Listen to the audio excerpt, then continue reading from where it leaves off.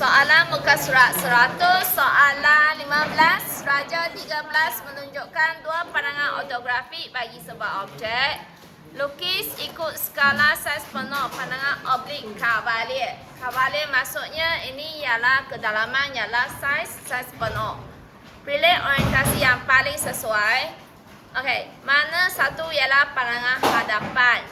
Kamu rasa mana satu pandangan hadapan? Sebelah kiri kan? Sebab bulatan. Kalau bulatan letak di depan lebih senang lukis. Sebab kalau bulatan di depan kamu boleh terus gunakan jangka lukis untuk melukis.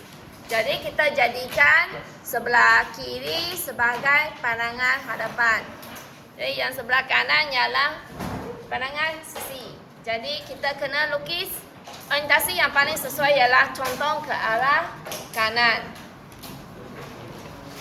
Okay, saiz petak kiri ialah 10 kali 10. Jadi lebar berapa? Lebar 60. Tinggi berapa? Tinggi pun 60. Butiran terlindung tidak perlu ditunjukkan. Soalan ini memang tak perlu tunjukkan garisan terlindung. Okay, jadi kamu buat lakaran terlebih dahulu. Saiz berapa? 60 kan? 60. Segi 4 sama. Ni condong ke arah mana? Condong ke arah kanan. Jangan salah sisi ya. Ini ke arah belakang. Ini 60. Kedalaman pun 60 juga. Okey, jadi bentuknya lebih kurang macam satu kubik lah. Jadi untuk bahagian bulatan, bulatan dari depan memang nampak bulatan. Jadi kamu boleh lukis dengan menggunakan jangka lukis. Ini gunakan jangka lukis. Okey, depan belakang sama. Bulatan saja kan?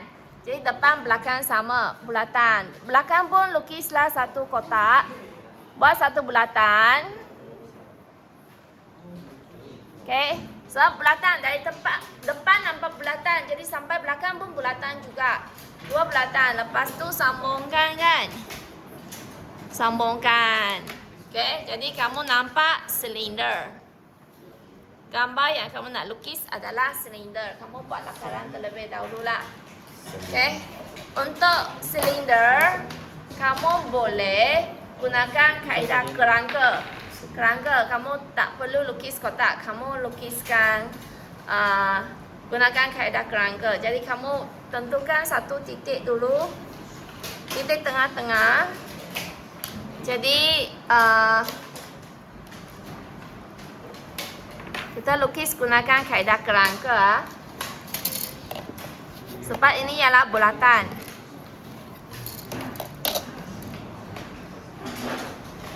Ni gunakan garisan binaan. Buat tanda dulu. Tanda titik tengah. Okey, ini titik tengah. Lepas tu saiz berapa? Jejari ialah 30.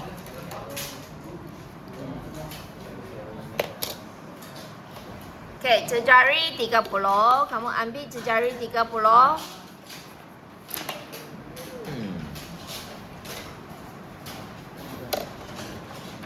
Letak di pusat, lukiskan bulatan. Ini gunakan garisan objek.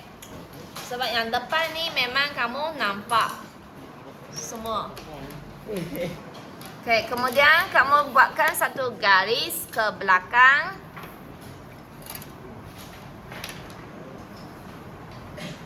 Tarik pusat 45 darjah ke belakang. 45 darjah ke belakang. Berapa jarak? Jarak ialah 60. Kamu ambil 60, tandakan 60. 60, jarak 60 tandakan. Dekat sini.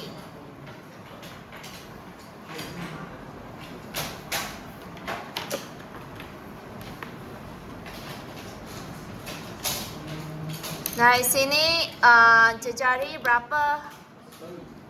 30 juga kan? Ambil 30. Tapi kamu lukiskan garisan binaan terlebih dahulu. Garisan binaan. Jangan hitam.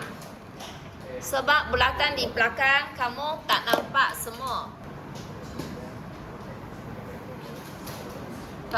garisan binaan. Okay, lepas tu kamu lukiskan garisan melintang dan garisan menegak.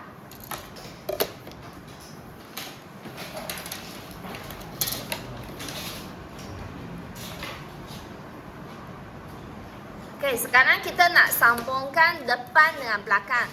Bulatan depan dan belakang. Kalau kita nak sambungkan bulatan depan dan belakang, kita perlu ada 45 darjah. Maksudnya dekat sini dari pusat lukiskan garis 45 darjah. Di depan dan juga di belakang. Di sini pun sama, lukiskan sudut garisan bersudut 45 darjah. Di depan garisan bersudut 45, belakang pun sama, garisan bersudut 45 darjah. Okey, maksudnya dari sini ke sini kamu boleh sambung dengan garis. Jadi sepatutnya lah boleh sambung depan dengan belakang.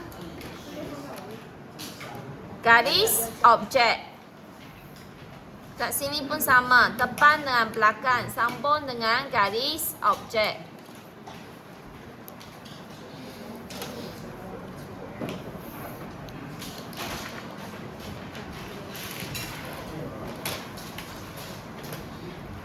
Okey, lepas tu belakang ni, bulatan belakang ni, ini kamu hitamkanlah dengan garis objek.